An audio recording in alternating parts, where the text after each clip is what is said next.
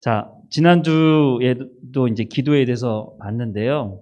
우리가 기도할 때 잘못된 태도와 자세를 가지고 기도를 하는 부분이 있어요. 이제 그것 먼저 이제 저희가 보기 시작해서 오늘은 욥기 8장 7절 말씀이에요.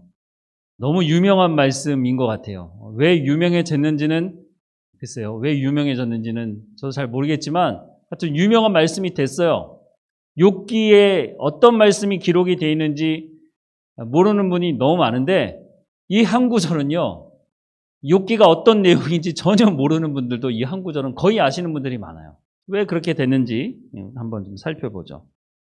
그게 또 기도와 어떤 관련이 있는지 욥기 8장 7절 말씀 우리 한 목소리로 같이 읽어볼까요? 시작. 내 시작은 미약하였으나 내 나중은 심히 창대하리라. 어디서 본 말씀이죠? 여러분 이 말씀 어디서 보셨어요? 저는 식당이나 가게에 가서 많이 봤어요. 이거 집에 붙여놓으신 분도 계시고요. 기독교 용품 파는 데 가면은요, 이 말씀이 꼭 있어요. 액자로. 그쵸? 근데 이 말씀을 읽으면 어떤 생각이 나세요? 어떻게 받아들이세요? 내 시작은 미약하였으나 내 나중은 심히 창대하리라. 이 한 구절만 딱 기록이 돼 있거든요. 근데 혹시 이 말씀이 욥기 지금 8장에 기록이 돼 있는데 물론 성경의 전체가 하나님의 말씀이죠. 근데 이 성경 안에는요. 사람을 통해서 하나님께서 말씀하시는 게 있고요. 심지어는 동물을 통해서도 하나님 말씀하시죠. 동물을 통해서 말씀하신 사건 기억나시나요? 민수기에 보면 발람이라는 점쟁이가 있잖아요. 이스라엘 백성들이 이제 모압 평지를 이렇게 지나가는데 모압 왕이었던 발락이 야 저것들 봐라 저것들 어떻게 하면 좀 손 좀 봐줄까 이렇게 하다가 누구를 불러왔느냐면 용한 점쟁이 발람이라는 사람을 저 멀리 있는데 자기 높은 귀족들을 보내가지고 돈을 들여가지고 데리고 왔어요. 이유는 뭐냐면 이스라엘 백성들을 저주하라는 거예요.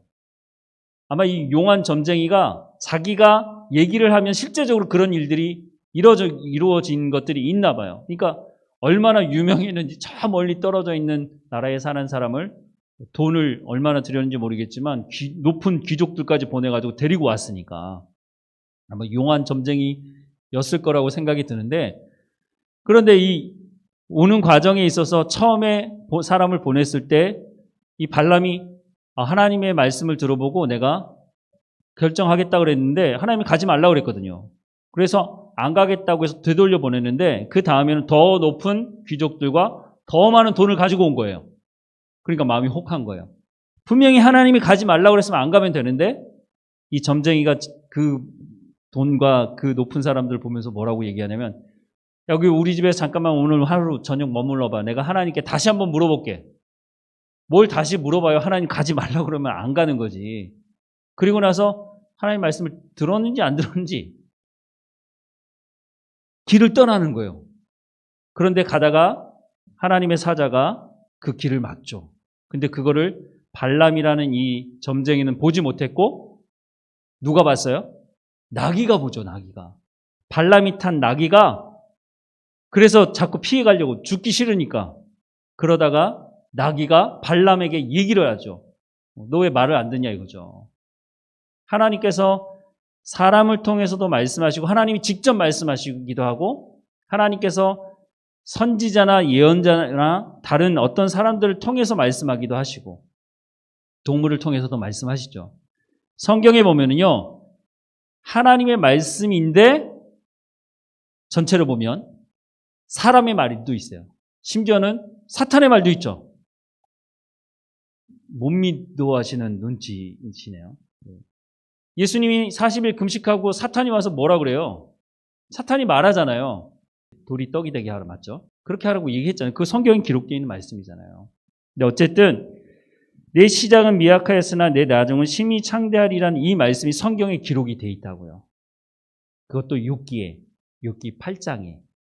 그러면 여러분 이 말씀을 보고 그러면 이 앞뒤 전후 문맥을 보면서 이거 도대체 어떤 사람이 얘기를 했고 왜 이 이야기를 했는지를 최소한 욥기 8장만 읽어봤다면 여러분 절대로 가게에다가 이런 말씀 붙여둘 수가 없습니다. 그런데 그런 거 보지 않고 이 말씀만 보면 이건 대박 나라는 거잖아요. 내 시작은 미약하네. 이제 내가 조그맣게 테이블 몇 개 두고 사업을 시작하지만 이 말씀대로 하면 내 나중은 심히 창대하리라. 뭐예요? 내가 전국에 프랜차이즈 그냥 확 내야지. 그런 마음이 들겠어요? 안 들겠어요? 이 말씀만 보면. 그런데 더 문제는요. 더 문제라고 할 것도 없지만 이걸 전달하는 사람도 그렇게 말을 하고 이걸 받아들이는 사람도 그렇게 받아들여요. 얼마나 기분이 좋아요. 이제 막 개업을 해서 내가 시작을 하는데 장사 대박 나라는 거 아니에요. 근데 이 말씀이 왜 기록되어 있는지를 한 번만 찾아봤다면 아마 그럴 거예요. 목사님, 그 말씀은 아닌데요. 이렇게 얘기했을 거예요.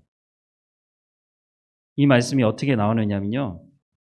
욥기가 욥기 1장과 2장에 보면 욥이 어떻게 등장합니까? 욥은요, 믿음이 정말 좋았던 사람이라고 말씀하고 있어요. 근데 이 욥이 하나님의 자랑거리이기도 했어요. 근데 하늘나라에서 회의가 열렸는데 거기에 사탄이 온 거예요. 그래서 하나님이 야, 너 어디 갔다 왔어? 그랬더니 사탄이 뭐라 그러죠? 여기저기 다니다 왔습니다. 그래요. 그러면서 하나님께서 너 욥 봤냐? 욥? 욥이 얼마나 믿음이 좋은지 아냐 너? 그랬더니 사탄이 얼굴 표정이 아마 우리 머릿속에 그려질 것 같은데 하나님의 말씀을 들으면서 비웃듯이 하나님 다 이유가 있는 거예요. 하나님이 욥을 챙겨주니까 하나님께서 욥에게 복을 주시잖아요. 돈도 주고 재물도 주고 자녀도 주고 아니 뭐 어려운 게 뭐가 있어요. 그러니까 하나님께 잘하는 거죠. 그런 거죠. 하나님 뭐라 그러시죠? 자 좋다 그거 갖다 너에게 붙여주겠다. 그랬더니 하루아침에 어떻게 됐어요? 욥의 10명의 자녀가 다 하루아침에 죽고요. 모든 재산을 다 날리게 됐어요. 욥이 어떻게 하죠? 그 입으로 하나님을 저주하지 않아요.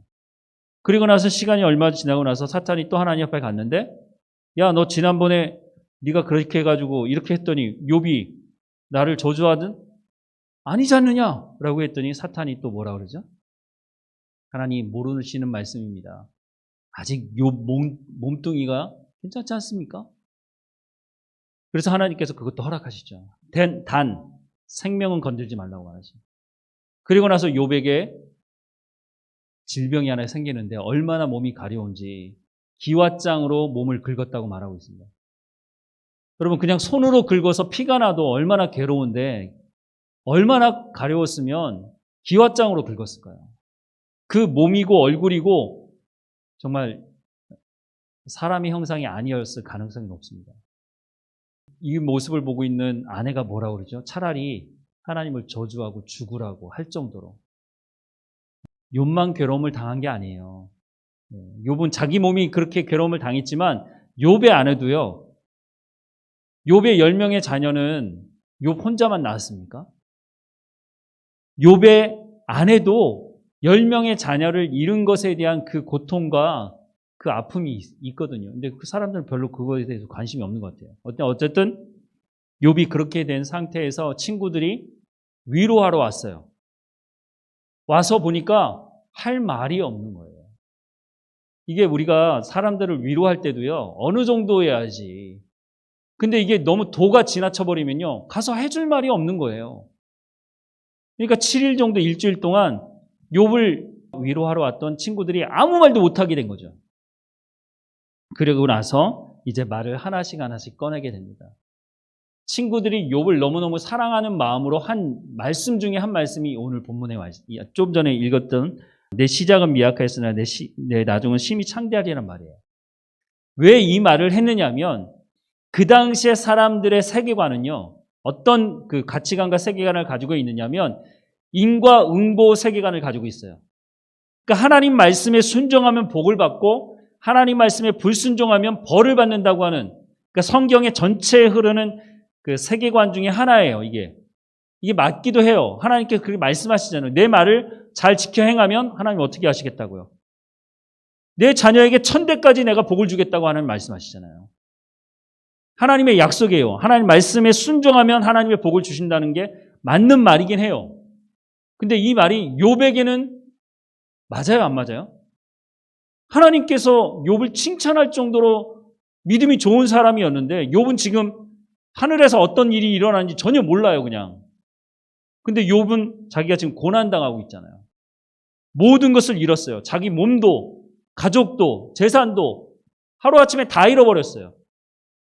그런 욥의 입장에서 보면 이건 정말 내가 하나님 앞에 잘못한 게 뭐가 있습니까? 왜 나한테 이러십니까? 이렇게 얘기해야 되는 상황인데 욥이 그렇게 얘기하지 않았다는 거 아니에요. 친구들이 와서 보니까 야, 이 정도면은 이건 욥에게 뭔가 심각한 죄가 있는 거다. 그러니까 욥에게 자꾸 얘기하는 거예요. 너 죄가 있지? 그 죄를 하나님 앞에 회개해야 돼. 친구들 입장에서는 욥을 살리고 싶으니까 분명히 이거는 그 당시에 사람들이 생각하기에는 분명히 하나님 앞에 무슨 죄를 졌기 때문에 이거는 이 죄에 대한 대가 지불을 하고 있는 것이라고 생각을 한 거죠. 근데 이 시대를 살아가는 우리도 그런 생각을 하잖아요. 우리 중에 누가 사업에 실패하거나 갑자기 뭐 병에 걸리거나 이러면 수근수근 거린다니까요. 아, 저 사람은 뭔가 하나님 앞에 잘못한 게 있어서, 죄가 있어서 하나님 저렇게 아프게 하는 거야. 그럴 수도 있어요. 하나님께서 우리가 뭔가 잘못했는데 그 깨닫지 못하면 우리 주변에 여러 가지 사건을 일으키시거나 또 사람을 통해서 말씀하기도 하시고 아니면 내가 뭐 어디가 부러진다든가 그런 것을 통해서 하나님께서 우리 가운데 말씀하기도 하세요. 근데 모든 것을 다 하나님 그렇게 말씀하시진 않거든요. 그것을 욥에게는 적용이 안 되는 거예요, 지금. 욥은 나는 그런 일이 없다는 거예요. 너무너무 괴로운 거죠. 자기 몸도 괴롭고 마음도 괴로운데 친구들까지 와서 너 죄가 있지. 죄가 있으면 빨리 회개해. 이렇게 얘기를 하니까 욥은 정말 뭐 어떻게 아니 죄가 없는데 죄가 있다고 자꾸 얘기하니까 나중에는 욥기 후반부에 가면요. 하나님께 호소를 해요. 하나님이 재판장이 되셔서 좀 나를 좀 변호해 주십시오. 나는 죄를 지은 게 없는데 왜 자꾸 친구들은 나한테 죄를 지었으니까 회개하라고 얘기합니까? 그런 말을 듣고 있던 친구 중에 한 사람이 오늘 좀 전에 읽었던 이 말을 하고 있는 거예요. 내 시작은 미약하였으나 끝은 심히 창대하리라. 이런 배경에서 한 말이에요.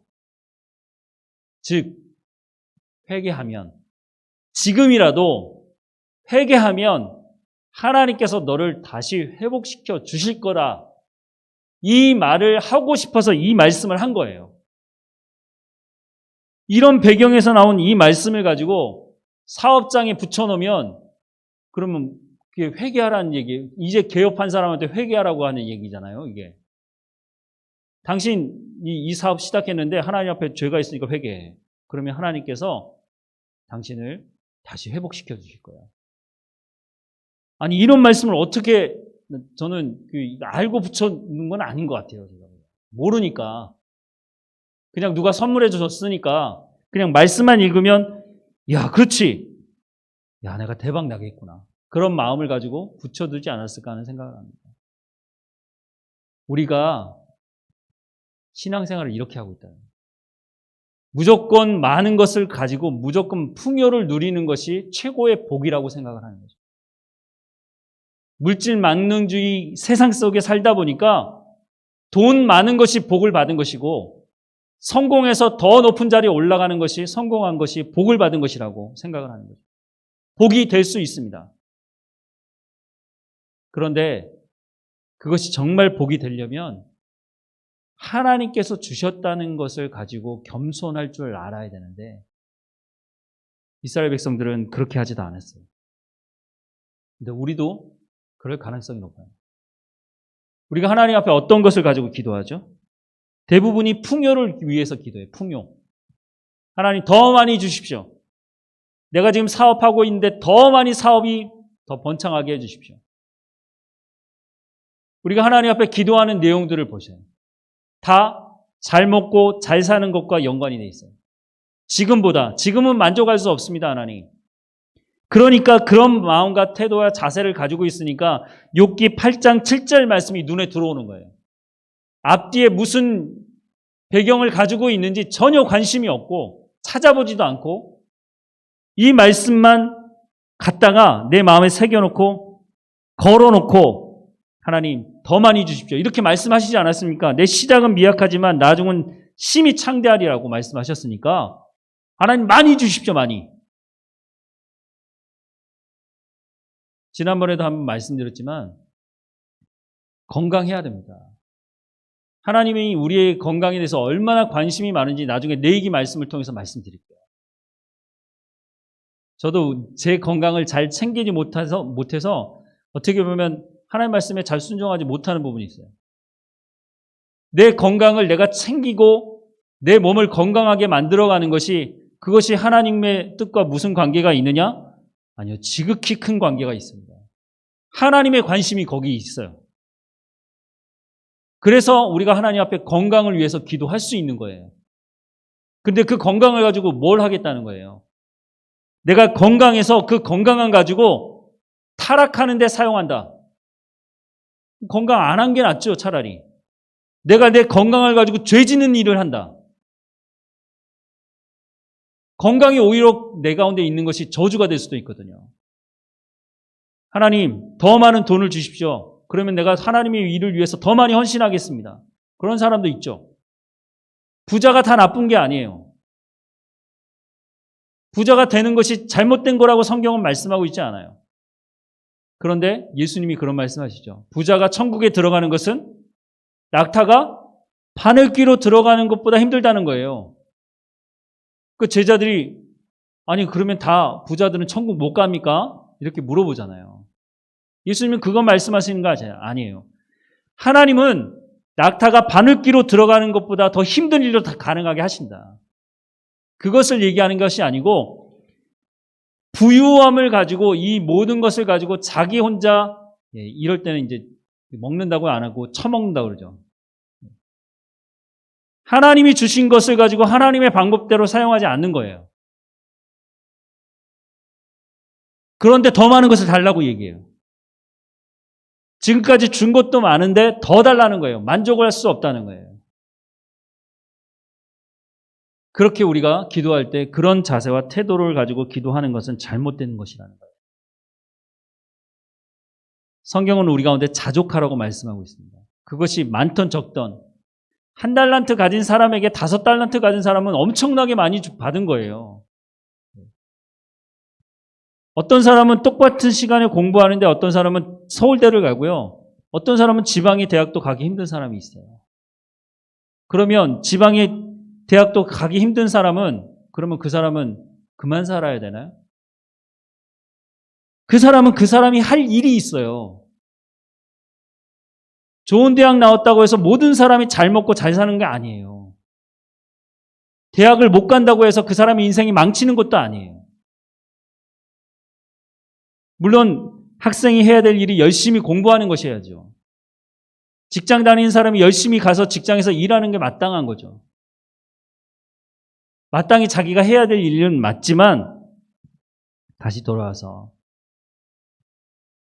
내가 가진 것이 어떤 것인지 그것을 하나님 앞에 감사할 줄 알아야 돼요. 더 달라고 얘기할 수 있어요. 그때는요. 하나님 물어보실 때 여러분 대답을 준비하고 계셔야 돼요. 왜 내가 너에게 그걸 주어야 되느냐. 하나님 내 가운데 건강을 주십시오. 왜? 왜 하나님께서 나한테 그걸 주셔야 되는지를 여러분 말씀하실 수 있어야 되죠. 하나님 나한테 돈이 필요합니다. 왜? 그 돈을 가지고 뭐 하려고요? 그렇다면 하나님 이렇게 물어보실 수 있어요. 그럼 지금 네 손에 있는 것을 가지고 그럼 무엇을 할 수 있느냐? 우리는 우리에게 있는 것들에 대해서 얘기하는 게 아니고 하나님 더 주시면 더 잘하겠습니다. 그래요. 지금은 잘 못하면서. 지금 나한테 주어진 시간, 지금 나한테 주어진 건강, 지금 나한테 하나님 내 주머니에 1,000원짜리 하나밖에 없지만 이걸로 지금 내가 할 수 있는 하나님께서 허락하신 이 시간 안에 내가 할 수 있는 일을 하면 되는 것이거든요. 그러면서 기도를 해야죠. 저도 옛날에 모를 때는 그렇게 기도한 적이 있는데요. 시험 공부를 잘 안 했어요. 근데 시험 딱 보는 순간에 뭐라고 기도를 하냐면, 하나님, 공부는 잘 못했지만 하나님, 시험 성적 좋게 해주세요. 그러면 하나님께서 그 기도 들으실까요? 안 들으실까요? 아마 하나님께서 바로 옆에 계시면요, 이 꿀밤을 한 대 팍 때려주시면서 공부 열심히 해라. 하나님 그렇게 얘기하실 거예요. 기도하는 건 맞습니다. 하나님, 하지만 내가 지금 나에게 주어진 삶에 대해서 최선을 다하겠습니다. 그래서 하나님께서 나한테 주시는 지혜도 필요하고 지식도 필요하고, 하나님 그래서 내 가운데 건강이 필요합니다. 왜냐하면 이것을 준비해서 하나님 앞에서 하나님의 사역들을, 하나님의 일들을 내가 해나갈 수 있게 해달랍니다. 그런데 이런 말씀을 붙여놓고 무슨 주문도 아니고 내 시작은 미약하였으나 끝은 장대하리라, 이렇게 우리가 신앙생활하고 기도하는 것은요, 정말 잘못된 것입니다. 근데 이게 한번 자리 잡히면요, 고치기가 너무 힘들어요. 이게 아니라고 그렇게 말씀을 드려도 그래도 가서 이거 안 떼요, 안 떼. 그냥 붙여놔요. 여러 군데서 여러분들에게 말씀을 드렸지만 안 들어요, 안 들어. 그거는 그냥 목사님 생각이고요. 저는 그렇게 믿지 않습니다. 저는 이 말씀 요 한 구절만 떼가지고 그냥 그렇게 살렵니다. 어쩔 수 없어요. 신앙생활이 하나님께서 말씀하시는 대로 흘러가지 못하게 되는 거죠. 여러분, 우리가 기도할 때 잘못된 기도의 방식대로 기도하면 하나님 응답해 주시지도 않지만 내 신앙생활 자체가 엉망이 돼버려요. 참 두려운 말씀이 마태복음 7장에 기록이 되어 있는데요. 예수님께서 산상수훈을 말씀하시고 마지막 부분, 산상수훈이 마태복음 5장, 6장, 7장에 기록이 되어 있는데 이게 전체가 사실은 전 부분이 연결되어져 있는 부분이거든요. 나중에 산상수훈을 보게 될 때 말씀을 드리겠는데요.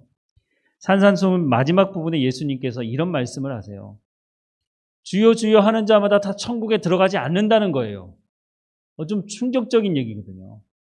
어떤 사람들이 와가지고 뭐라고 얘기하냐면, 내가 주님의 이름으로 뭘 했다고요?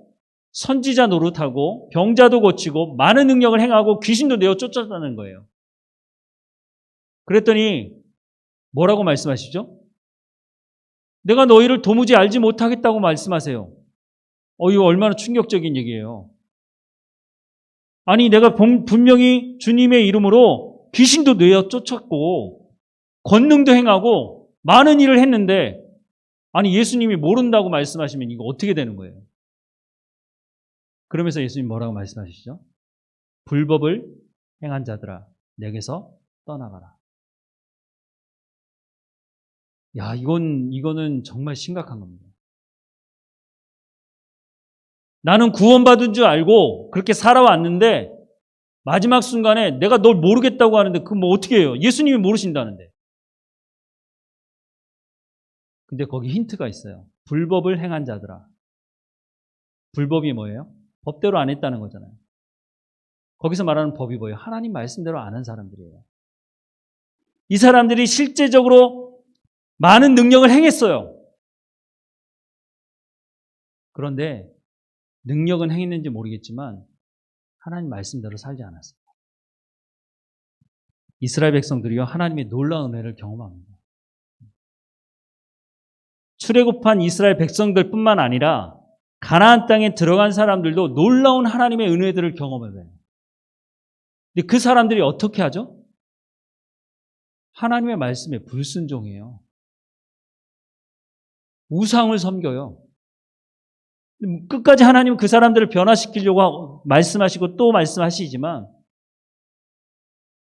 우리가 잘못된 신앙생활을 하다가 하나님 앞에 섰을 때 하나님께서 만약에 내가 너를 누군지 모르겠다고 말씀하시면 그때는 어떻게 하느냐예요. 하나님, 욥기 8장 7절 말씀이 대박나라는 말씀 아니었어요? 그때 가서 그렇게 얘기하시면 곤란하죠. 불법을 행한 자들이에요. 잘못 배웠는데요. 핑계 댈 수 있습니다. 잘못 가르치는 사람도 문제죠.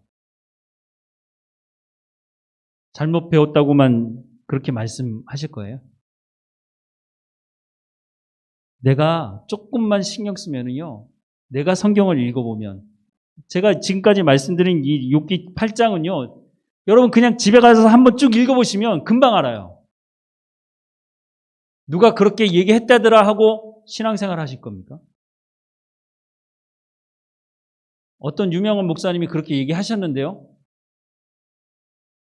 하나님의 말씀을 하셨다면 괜찮지만 그분이 하나님의 말씀을 안 전달했다면 여러분 그때는 어떻게 하실 거예요? 성경을 보세요. 성경을. 그래서 성경을 우리가 봐야 되는 거예요. 물론 성경에 어려운 부분이 있어서 그것을 제가 도움을 드리는 거고 성경의 말씀을 다시 해석해서 우리 삶에 적용하기 위해서 또 설교를 하고 우리가 성경을 공부하는 이유가 거기에 있는 것입니다. 제가 해야 되는 역할이 그런 것이에요. 여러분이 잘못된 길로 계속 가는데 그거 아니에요. 성경이 그렇게 말씀하고 있지 않아요. 최소한 다른 사람은 얘기하지 않아도 저는 그렇게 얘기해 줘야죠. 그러면 여러분들이 저 싫어할 가능성이 높아요. 아, 난 이렇게 살아가고 싶은데, 난 이렇게 기도하고 싶은데 왜 목사님 자꾸 그렇게 기도하지 말라고 얘기하고 그렇게 살지 말라고 얘기합니까? 목회가 뭐예요, 목회가? 목회자가 해야 되는 일이 뭐예요? 가장 중요한 게 그거거든요.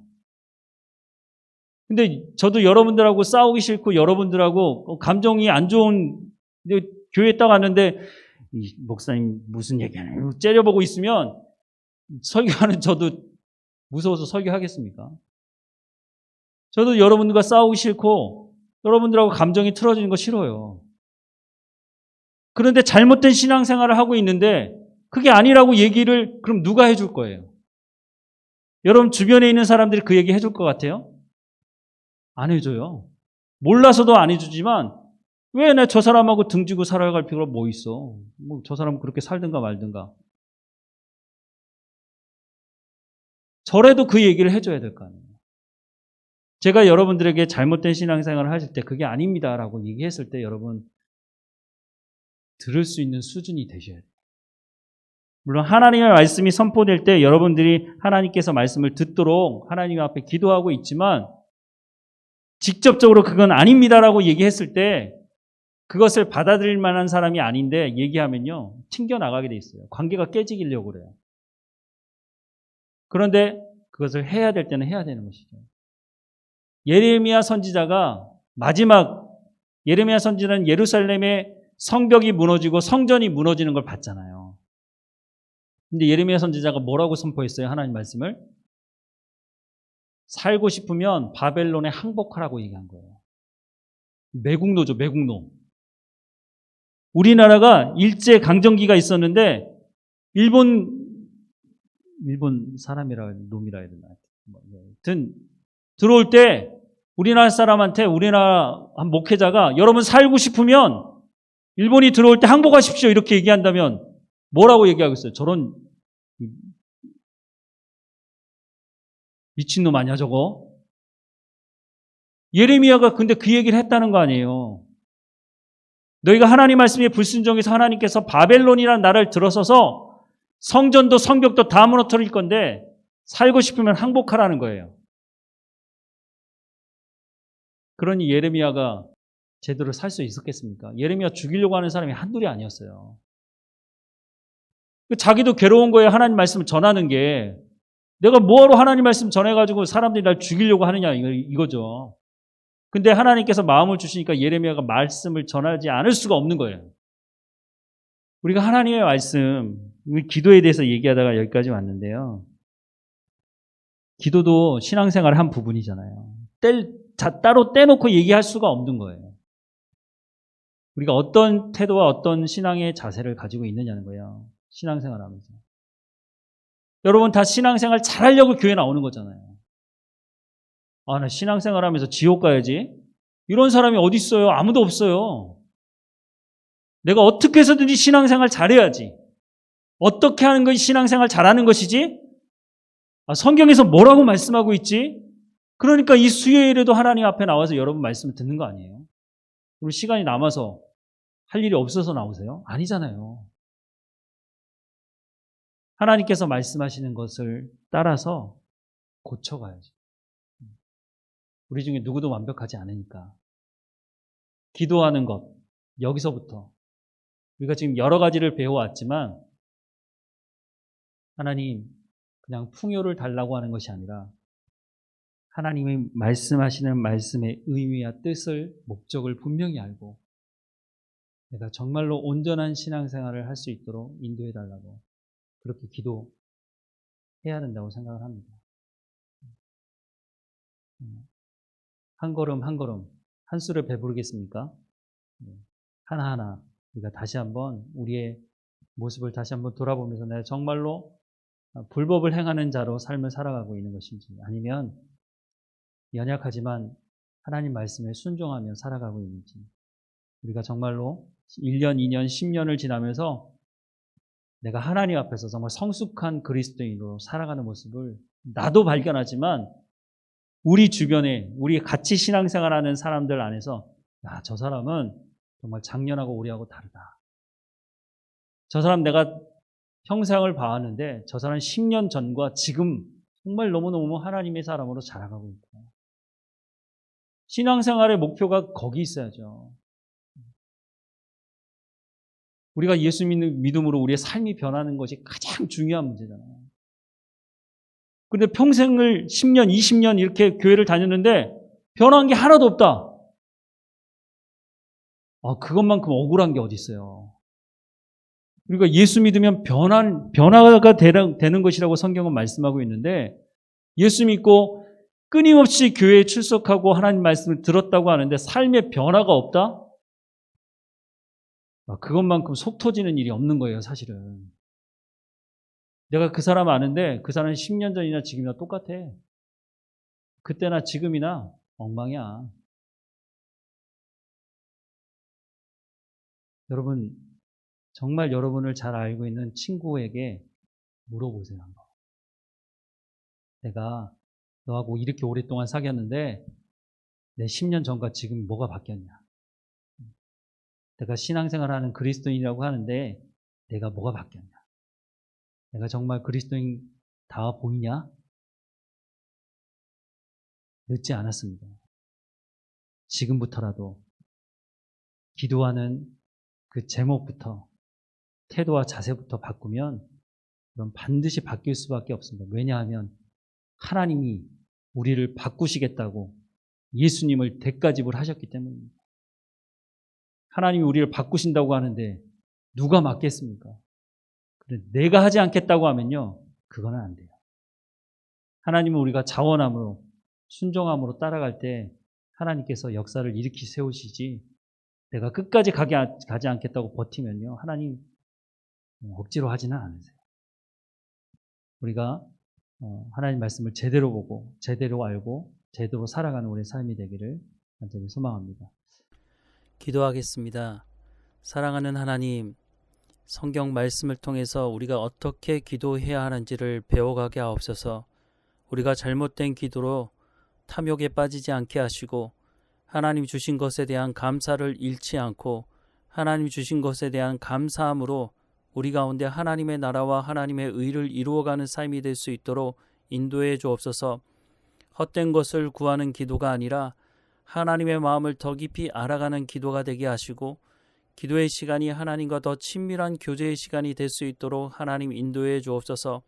말씀의 뿌리를 내리고 그 뿌리로부터 말씀을 통해 하나님의 열매를 맺어가는 삶이 될 수 있도록 은혜를 허락해 주옵소서. 기도를 통해 더 깊이 성숙해가는 우리의 삶이 될 수 있도록 인도해 주옵소서. 예수님의 이름으로 기도합니다. 아멘.